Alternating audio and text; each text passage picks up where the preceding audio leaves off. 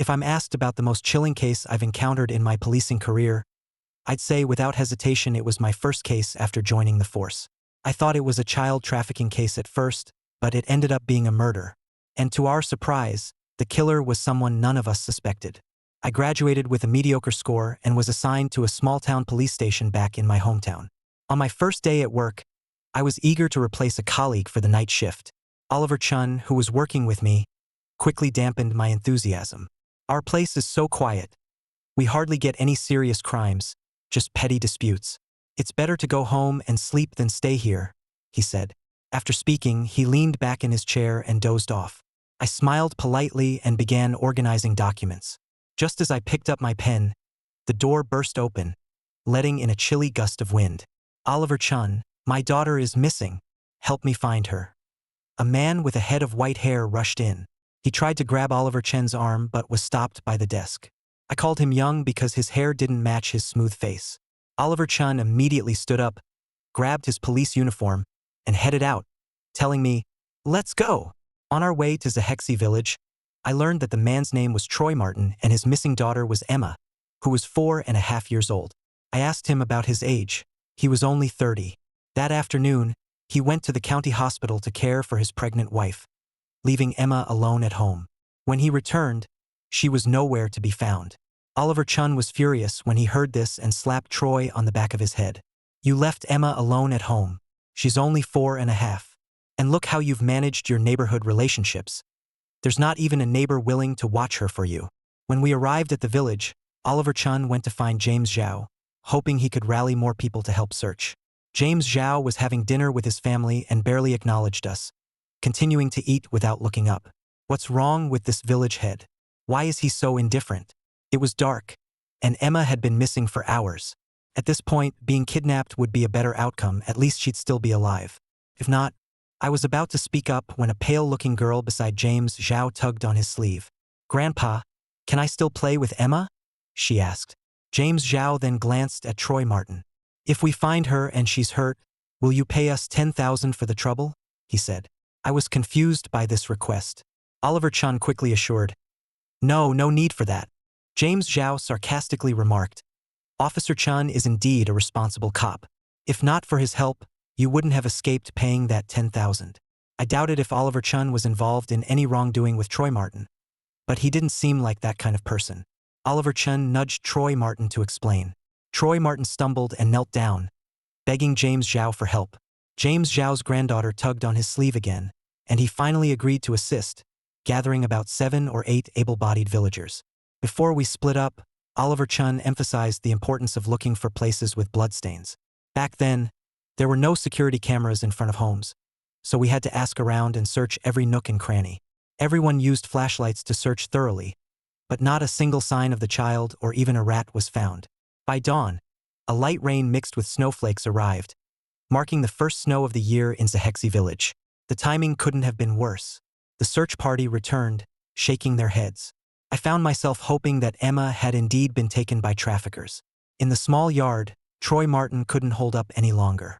His eyes were lifeless, and he slid down the wall, repeating, and Emma can't come back." James Zhao, impatient, said, "Grant Thompson is leading Cody Reed along the highway. Maybe they'll find something." Though he spoke positively, his furrowed brows told a different story. It had been 12 hours since Troy Martin returned home to find Emma missing. Just then, the large iron gate creaked open, and everyone instinctively turned toward the entrance. 2 figures entered without a third. James Zhao didn't ask about the result and instead told Cody Reed, "You should head home. You can't be late for school this afternoon." Cody Reed was a student at the town's middle school and a neighbor of Troy Martin's. He had joined the search after hearing about Emma's disappearance. Cody Reed looked down and mentioned, "Grandma Zhao, it's still early, so I won't be late." "Emma." He didn't finish his sentence. A few people murmured sympathetically about the poor child and left Troy Martin's place. Grant Thompson walked up to Troy Martin and handed him a red jacket. "Troy, is this your daughter Emma's? We found it in a large trash can by the road." Troy snatched the jacket, examined it thoroughly, and breathed a sigh of relief. "It's Emma's. No blood, no blood." He jumped up and ran to Oliver Chun, grasping his hand like a lifeline. Oliver Chun, you see, there's no blood on the jacket. Emma must be alive. She must have been taken by traffickers. Since Emma wasn't found in Xihé Village, the most likely scenario was that she had indeed been kidnapped. With the only clue in hand, we prepared to head back to the station. As we passed James Zhao's house, Oliver Chun sighed. That child better not come to any harm. Otherwise, all Troy and his wife's efforts over the years would be in vain. He then told me that the two-story building in the distance used to be Troy Martin's house. The couple had sold it to James Zhao to cover Emma's leukemia treatment. Emma's illness had drained them both financially and emotionally. It made sense that Oliver Chun was worried about finding bloodstains. Upon returning, we reported the situation to our superiors and learned that several child disappearances had occurred in the neighboring county. The county was preparing to issue a daytime notice to alert each police station to be vigilant within their jurisdictions. At that time, we thought it was just a kidnapping case. We had no idea it would lead to such a shocking depth. The traffickers must have changed Emma's clothes, and since it was cold, children were all bundled up. The station surveillance wasn't helpful. For 2 days, there was no news. Troy Martin grew anxious and posted a search notice on TV. However, he wasn't looking for Emma. He was seeking the person who took her. On TV, Troy Martin held a photo of Emma and tearfully appealed to the kidnapper. If there's someone who's taken my daughter, please treat her well, don't let her get hurt. She has leukemia and can't take any knocks. Oliver Chun had just returned from helping another villager, and I rushed to tell him about this. He listened and slammed down the cup in his hand, spilling water all over the table. This Troy Martin must not have brains. That search notice will only encourage the traffickers to silence Emma. He quickly dialed Troy Martin's number, but no one answered. He instructed me to go to the county hospital where Troy Martin was taking care of his wife. Find him and tell him to take down the notice immediately. If the traffickers find out Emma's condition, they might just abandon her in some mountain valley. Indeed, no merchant would want a fragile and potentially troublesome commodity. Traffickers are heartless merchants. I rushed to the hospital and asked the nurse about Troy Martin's wife's ward. As I arrived at the door, I heard an argument inside. Troy Martin, are you honest with me? Did you lose Emma again and are too ashamed to bring her to the hospital? Wife, don't get angry. Don't jeopardize the pregnancy. Last time was a mistake, and I wouldn't intentionally lose Emma. She was really at Oliver Chen's house. Troy Martin spotted me and signaled to his wife with a nod. This is a new police officer from the town station. Ask him if you don't believe me. Seeing his pregnant wife on the bed, I recalled the doctor's instructions to the nurses earlier. The woman in bed 8 is nearing her due date. She has a history of psychological issues. Please keep an eye on her. I showed my police ID, nodded, and called Troy Martin out of the room. Troy Martin, do you want your daughter to die? He looked at me with confusion. I explained the potential consequences of the search notice. His face turned pale instantly. I watched him closely, missing no expression. The argument between the couple made me wonder if Troy Martin had intended for Emma to go missing. What normal parent would leave a 4.5-year-old kid alone at home? That 2-story house and simple yard. A healthy baby about to be born versus a daughter with leukemia. Hope and despair. For a 30-year-old man with a head full of white hair, the choice wasn't hard. Once a seed of doubt is planted, it quickly takes root. I grabbed Troy Martin by the collar and warned him, abandoning a child is a crime. If we find out you did this on purpose, I'll make sure you go to jail. Troy Martin pushed me away forcefully. Gavin Cooper, I'm exhausted. Can't you just leave me alone? He went back into the hospital room. When I returned to the station, I asked Oliver Chun if he knew anything about Troy Martin wanting to abandon Emma. Oliver Chun glanced at me and said Troy Martin would only do one foolish thing. He wouldn't do another. I wasn't convinced, so I decided to investigate further in Xihé Village. The next day, as I arrived in Xihé Village, an elderly man sat under the big locust tree at the village entrance, gazing longingly at the highway. Seeing me approach, he shook his head disappointingly and continued to gaze down the road. On such a cold day, the old man was sitting alone. I was about to approach him to see if he needed help.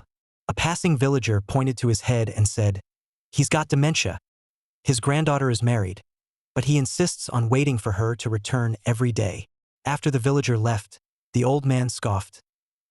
"He's the one who's crazy. I'm waiting for Emma. She promised to bring me candy, but she hasn't come back." Hearing him mention Emma, I quickly asked, "Sir, are you talking about Troy Martin's Emma? When did you see her last?" Yesterday morning. She and her dad were heading to the county town. They said they'd be back in the afternoon, but I didn't see her. Had Emma been found? Why didn't Troy Martin tell me at the hospital? I called Troy Martin and relayed the old man's words. Troy explained flatly that the old man had dementia and couldn't remember things clearly. It was Emma's departure that morning she promised to bring him candy. I hung up and persuaded the old man to go home, telling him Emma wouldn't be back soon. As I walked into the village, an idea suddenly struck me. The old man's memory only included seeing Emma leave the village. He never saw her return. This thought only lasted a moment. Even if Troy Martin wanted to dispose of his child, his lie wouldn't be so clumsy. Two adults entering or leaving the village would surely be noticed by others, even if the old man was confused. Yet it happened to be so coincidental. That day it was drizzling and cold, so everyone stayed indoors. No one noticed Troy Martin and his daughter returning. All they knew was that he frantically announced his daughter was missing before dinner. Standing in front of Troy Martin's house, I surveyed the area. They lived in a more secluded area, with neighbors not too close by. My gaze fixed on a house halfway up the slope, which should have a clear view of Troy Martin's yard. Maybe they saw something. An elderly woman answered the door. She sighed after hearing my purpose and shook her head. I was busy in the kitchen, preparing food for my grandson. He arrived from town that afternoon. "Ma'am, did your grandson see anything?" Cody Reed is a well-behaved kid. He came back and started his homework after lunch. He didn't leave the room all afternoon. Cody Reed was the boy who helped search for Emma that day. "Ma'am, can I take a look at your yard?" Standing in Cody Reed's yard, it was indeed possible to see the entire Martin yard clearly.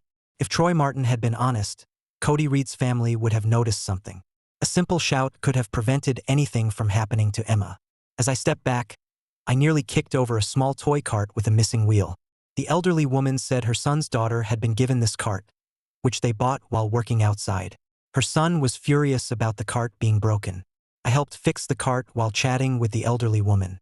She mentioned the hardships Troy Martin and his family faced. They were outsiders who moved to the village. Troy Martin's parents died young. He and his wife worked hard to earn money outside, but then their daughter fell ill. When things got unbearable, he abandoned Emma in the mountains. His wife brought her back. "Ma'am, you seem kind-hearted. If Troy Martin wasn't stubborn, he could have left Emma with you, and none of this would have happened." The elderly woman was hesitant. "We're not as wealthy as James Zhao's family. My son tells me not to meddle. It's Troy Martin's fault. If he hadn't abandoned Emma in the mountains, she wouldn't have gotten sick so badly after falling at James Zhao's house. James Zhao wouldn't have offered to pay $10,000 if he hadn't seen the child in such a bad state. His wife became mentally unstable after that incident. She's been better since she got pregnant." After fixing the cart, I asked the elderly woman to recall if she saw any movement around Troy Martin's house on the day Emma disappeared. She initially shook her head but suddenly clapped her hands. "My granddaughter wanted to go play with Emma, but I didn't let her." The elderly woman gasped, thinking, "Thank goodness I didn't let her go, or she might have been kidnapped too." I wasn't concerned with her granddaughter's luck. I quickly asked, "Where is your granddaughter now?" "At school. It hasn't let out yet." I rushed out of the yard and headed to the village school but received a call from Oliver Chun midway. He told me to accompany Troy Martin to the neighboring county police station. They had found a body of a girl about 4 or 5 years old. My heart sank. Troy Martin's search notice had indeed backfired. On the way, Troy Martin couldn't stop shivering. "Gavin Cooper, I know you suspected me of abandoning Emma yesterday, but I'm her father. How could I?" I interrupted him coldly. "Don't you remember leaving her alone in the mountains?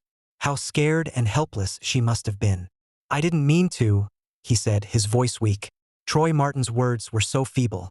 Before entering the police station, Troy Martin became oddly calm. Nothing like a family member coming to identify a potential victim. At the morgue, other families were identifying children who had been kidnapped. They went from wailing to relief, exclaiming, "It's not my child. My child is definitely still alive." When it was Troy Martin's turn, he glanced at the body and said, "It's not her," then turned to leave. The little girl's body had been submerged in water, her original features unrecognizable. A nearby officer suggested, "Please confirm carefully, sir." Troy Martin ignored him. The officer repeated the request. I stepped forward and grasped Troy Martin's sleeve. He turned to me and shouted, I know if it's my daughter or not. In that moment, I saw anger in his lifeless eyes. Anger at my disbelief. That anger slowly drove away the hopelessness. As per protocol, they took a blood sample from Troy Martin. He walked out of the police station expressionlessly and sat on the roadside. I asked him, "How were you so calm? Did you know it wasn't Emma before going in?" He repeated like a mantra, "Emma must be alive. Emma must be alive." He looked like a zealous believer. I looked at him skeptically, wondering about his mental state. He said firmly, "It can't be Emma. She must be alive. She can't be in that morgue." He then revealed the truth about his wife's pregnancy. He and his wife were not matches for Emma. The transplant was far off, so the doctor suggested having another child to use the newborn's umbilical cord blood. The baby was about to be born, bringing new life to their family. Emma couldn't be in danger. If that were true, he had no reason to dispose of Emma. On the way back, the hospital called Troy Martin. His wife had gone into premature labor, and her condition wasn't good. The trigger was the search notice. She knew Emma was missing. The birth of the new life in the Tang family didn't bring them good fortune. Someone from Xihé Village reported a discovery. A child's body was found in an abandoned manure pit next to a vegetable garden. It was cold, and flies shouldn't have been active, yet several were buzzing around the pit. Even maggots were crawling in the pile of bricks inside the pit. This pit hadn't been used for years.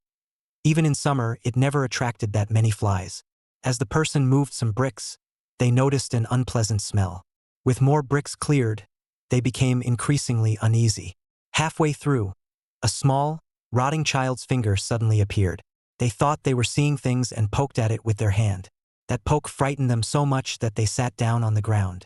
Despite being scared, they continued to clear the bricks.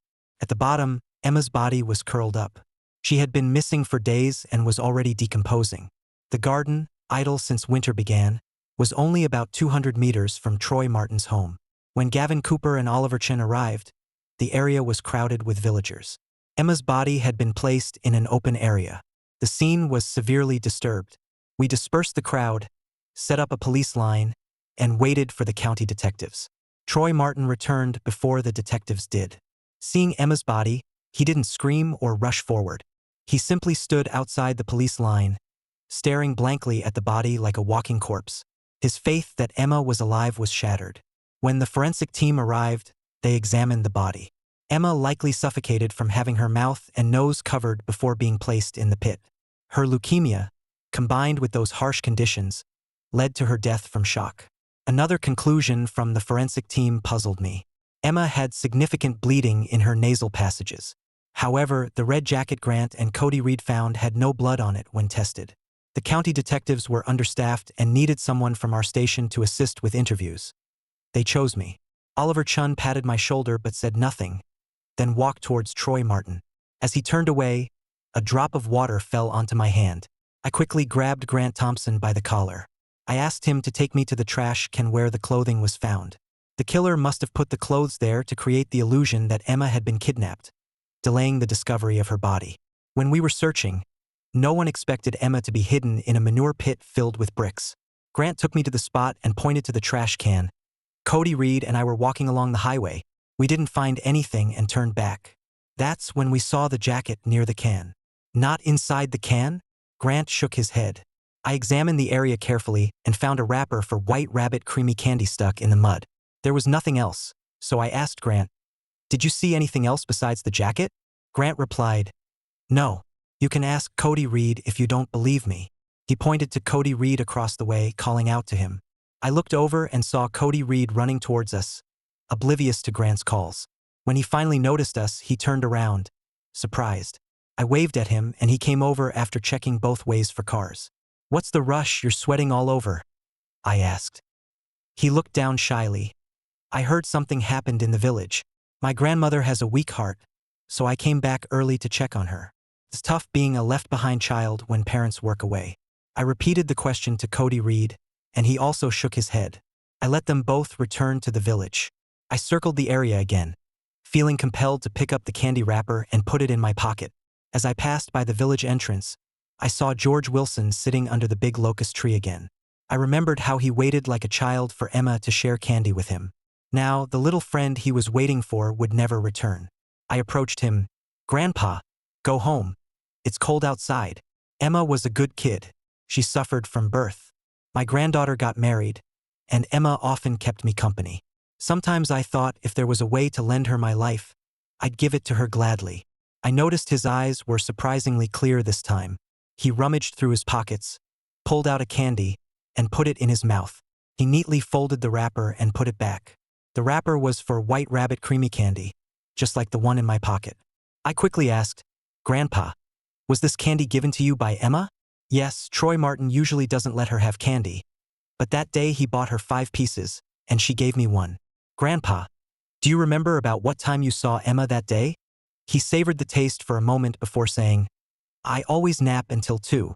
I went out and Emma saw me under the big locust tree. She gave me candy then left." "Was she alone back then?" The old man repeated my question, then used his cane to push me aside. "You, who are you? Get out of the way. My granddaughter will be looking for me." It seemed the old man had lost his clarity again. I was still hoping to ask if he noticed anyone throwing the red jacket in the trash can. Predictably, he gave unrelated answers, pointing to someone about to disappear around the corner. "That chubby guy looks suspicious. Go catch him." Seeing that I wouldn't get more from him, I decided to visit James Zhao. The person who could hide a body in such a hidden location might be a local. James Zhao was the first person who came to mind as having a grudge against Emma's family. I entered while he was hosting guests. They looked like they were having an unpleasant conversation. The guest stood up to leave as I arrived. His back looked identical to the person who had just vanished around the corner. I casually asked James Zhao who that person was. He brushed it off, saying he was a merchant from out of town buying local goods. Before I could speak, James Zhao asked, "Officer Cooper, you're not here to investigate me for Emma's death, are you?" Though I recall that interrogations typically require more than one officer.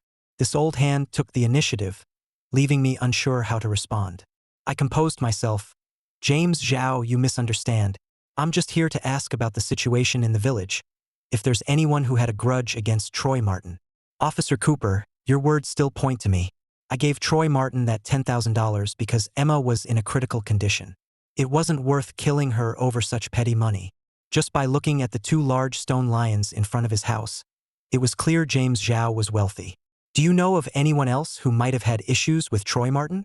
"Troy Martin is an outsider. The villagers aren't close to him, especially after what happened between us a few years ago. But it wasn't a serious feud." "Does that mean you don't think it was a local doing it?" "Officer Cooper, do police investigations rely on guesses?"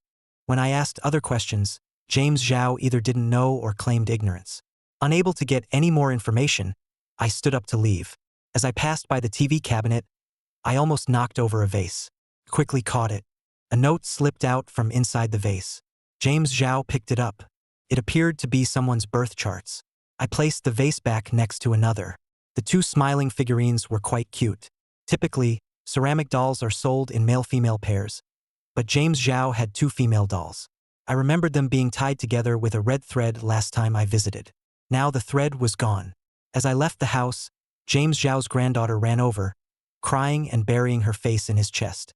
"Grandpa, is Emma never coming back? She promised me candy, and I promised her a cookie, but I didn't get a chance to give it to her." James Zhao comforted his granddaughter helplessly. I pulled a candy wrapper from the mouth of one of the stone lions and asked James Zhao, "Was Emma at your house that afternoon? Why did you conceal it?" James Zhao finally stopped feigning ignorance. "I didn't say anything because if I did, you'd all suspect me and take me away." "What time did you see Emma that day?" "Around 3 o'clock. It started raining, and I brought her back home. You can ask Zhao Cheng'an." He saw me returning, and we exchanged greetings from his 2nd floor. I spoke with Zhao Cheng'an, and he confirmed seeing James Zhao.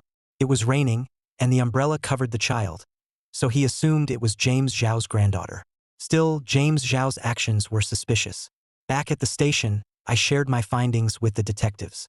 They sent the candy wrappers to the lab for analysis. Mentioning the ceramic dolls at James Zhao's house, the experienced team leader furrowed his brow. He then told us about a case his colleague had solved. A businessman hired someone to kill a boy so his own son, who had a heart condition, could live longer. The team leader asked us to guess the businessman's motive. We all thought it was for the boy's heart. The team leader's next words stunned us. The businessman sought help from a feng shui master for his son. The master suggested finding a boy with matching birth charts to borrow his life. Initially, they just placed the birth charts in ritualistically prepared ceramic dolls connected by a red thread. They hoped to transfer life through the thread. However, it didn't work well. The businessman then ordered the boy's murder, thinking this would transfer the entire lifespan to his son. On the day of the judgment, his son's heart stopped beating. Recalling James Zhao's granddaughter's pale face, I quickly checked the birth dates of both children. They were indeed born at the same time. We immediately brought James Zhao in for questioning. The famous feng shui master from the neighboring county was also found. When we placed the ceramic doll in front of him, his legs trembled, and he fell to the ground, confessing everything. He admitted to the borrowing life ritual. He hadn't done anything else except prepare the dolls. Seeing Troy Martin's search notice, he feared trouble and visited Xihé Village that day, coincidentally running into the scene where Emma's body was found. He suspected James Zhao might be involved. James Zhao admitted to the doll ritual but denied killing Emma. Current evidence only showed his superstitious behavior, not that he committed murder. The interrogation hit a deadlock. Suddenly, the police station received a call. Troy Martin was threatening to kill someone. We rushed to Xihé Village. When we arrived, Troy Martin was standing with a knife in front of a house, cursing. The door was closed, and no one was driving him away or responding. Asking nearby villagers revealed that Troy Martin's wife had hanged herself. We were all stunned. It had been 5 years since this town had a violent death. This month, 2 unnatural deaths occurred in the same family. We learned that Troy Martin's wife had just been discharged from the hospital that day and overheard gossip. 2 women were speculating that Troy Martin had abandoned Emma to get rid of the burden now that his wife was about to give birth. Another woman exaggerated, suggesting Emma might have been killed by Troy Martin himself, who was trying to frame James Zhao. The women realized Troy Martin's wife was behind them, her face eerily calm. She turned and went back home without a word. People thought nothing of it until later, when cries were heard from her house for over 10 minutes. Grace Reed went to knock on the door and discovered that Troy Martin's wife had committed suicide. Troy Martin arrived home to find his wife lifeless. Oliver Chun discreetly took the knife from Troy Martin and led him away without arresting him, considering he hadn't harmed anyone and was going through a tough time. Oliver Chun pointed to the baby in Grace Reed's arms. "Do you want to end up in jail, leaving this newborn an orphan without a father?" Troy Martin's eyes were bloodshot, his teeth clenched, and his fists tightened.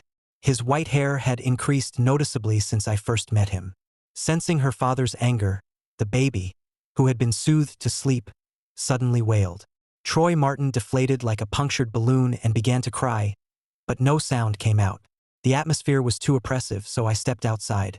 Looking up, I accidentally met the gaze of a small girl. Seeing me look at her, she turned and ran back to her house. She must have been Cody Reed's sister. I followed the steps to the Reed's house, and the girl peeked from behind the door. She was shy around strangers, so I tried to speak gently. "Don't be afraid. Uncle is a police officer, here to catch bad guys, not little kids. Why were you hiding behind the door?" She extended her palm, revealing a piece of candy. My sister was always crying, and sugar would cheer her up, but Grandma wouldn't let me go to Emma's house. It was another red bean flavor white rabbit creamy candy wrapper. "Did Emma give you this candy?" She first shook her head, then nodded, and whispered in my ear. "Emma gave it to my brother. He didn't eat it, so I took it from his pocket." After speaking, she pulled out another candy wrapper from her pocket that had been folded into a small boat. "This one was for me, and I turned it into a boat." George Wilson mentioned earlier that Emma had returned with 5 candies from the county town. With the 3 wrappers already sent for examination, plus these 2, everything added up. Now, there was another person lying. A chill ran from my feet to my head. The shocking thought made me stutter. "Did you see Emma the day she disappeared?"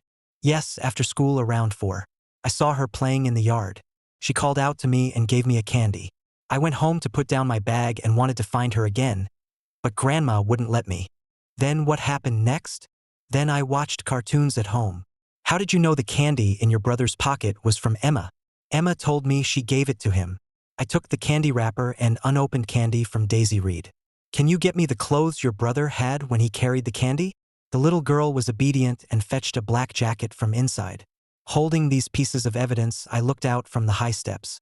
A 4.5-year-old girl shared her sweet treats with friends along the winding road. She had no idea that death waited at the end. After handing the evidence to my colleagues, I visited Cody Reed's school. They were having an exam when I arrived. The teacher praised Cody Reed for his good behavior and academic performance. He was unfortunate to be born in the countryside. In a big city, he would have a brighter future. The teacher took me to the exam room. With 10 minutes left, while others were struggling, Cody Reed slept with his head on the desk. Recently, we don't know why, but Cody Reed keeps dozing off. However, his intelligence hasn't been affected, and his studies remain good. After the exam ended, I took Cody Reed to eat at a local diner. I handed him a red bean flavor white rabbit creamy candy from my pocket. He looked at it for 5 seconds before taking it. He didn't eat it, he just put it in his pocket. Why not? It's sweet. I unwrapped another candy and put it in my mouth. You saw Emma before she disappeared. Why did you lie about it? He looked at the floor, saying nothing. Did you dislike Emma? She seemed to like you. She even wanted to share her candy with you. In his pubescent voice, he muttered, "That little pest was a nuisance. She wouldn't leave me alone, and she broke my sister's toy cart. My dad scolded me when he came back home. Kids are so annoying." His expression turned darkly menacing as he spoke. "So, you killed her?" He caught a glimpse of himself in my eyes and realized his mistake. He relaxed and pulled out the candy I had just given him. "Police uncle, you need evidence to arrest someone. I didn't want to tell you because I didn't want you to find her, but that doesn't mean I killed her just because I lied about seeing her that afternoon." He was clever, quickly reacting. I still only had suspicions, no concrete evidence. But I didn't think it would take long to get it. As the diner emptied, the owner wanted to shoo us away, and my phone finally rang. The test results were in. Bloodstains were found on the candy in Cody Reed's pocket, the right cuff of his sleeve, and the pocket that had held the candy. All of it was Emma's blood. Since Cody Reed was a minor, his parents had to be present during questioning. His parents were shocked to hear their well-behaved son was implicated in a murder. Cody Reed's father rushed over and kicked him. "You little scamp. I've worked hard to send you to school, and this is how you repay me. All that stuff you learned about ethics? It's gone to waste. I'll beat you to death." Police officers intervened to stop him. Cody Reed, who had been silent until then, glared defiantly at his father. "Yes, I killed her. Are you satisfied now? Go ahead and hit me. You won't have another chance." This made his father so angry that he nearly passed out. Cody Reed then confessed. While doing his homework, he stepped out for some air and saw Emma, who offered him a candy and apologized. He didn't want it and raised his hand to brush it away, accidentally hitting Emma's nose. Blood flowed from Emma's nose. Before blood dropped onto her clothes, he quickly covered her nose with his hand. He couldn't let his dad find out he was the one who made Emma bleed. They couldn't afford any more trouble. As he held Emma's nose, a sinister thought took over.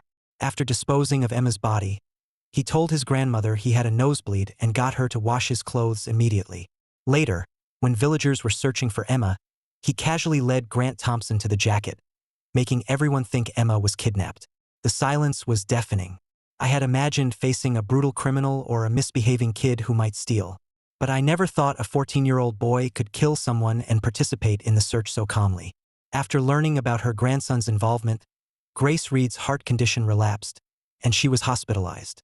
The first thing she did when she woke up was to rush back to Xihé Village and kneel outside Troy Martin's door. She begged for forgiveness, hoping this would ease her suffering. "Troy Martin, please forgive Cody Reed. He's young and didn't know better. How could he have killed Emma? Tell the police it was me, my wife did it. Take my life in exchange for Cody Reed's. One life for one life." Troy Martin's door remained closed. When Grace Reed passed out again, the village finally returned to calm. After that, no one saw Troy Martin and his newborn daughter in Xihé Village again. Some said he took his life with his daughter by throwing himself into a river. Others claimed he just moved to the south to live with relatives. People were left wondering how a good kid like Cody Reed could become a murderer, guessing that he must have been ill.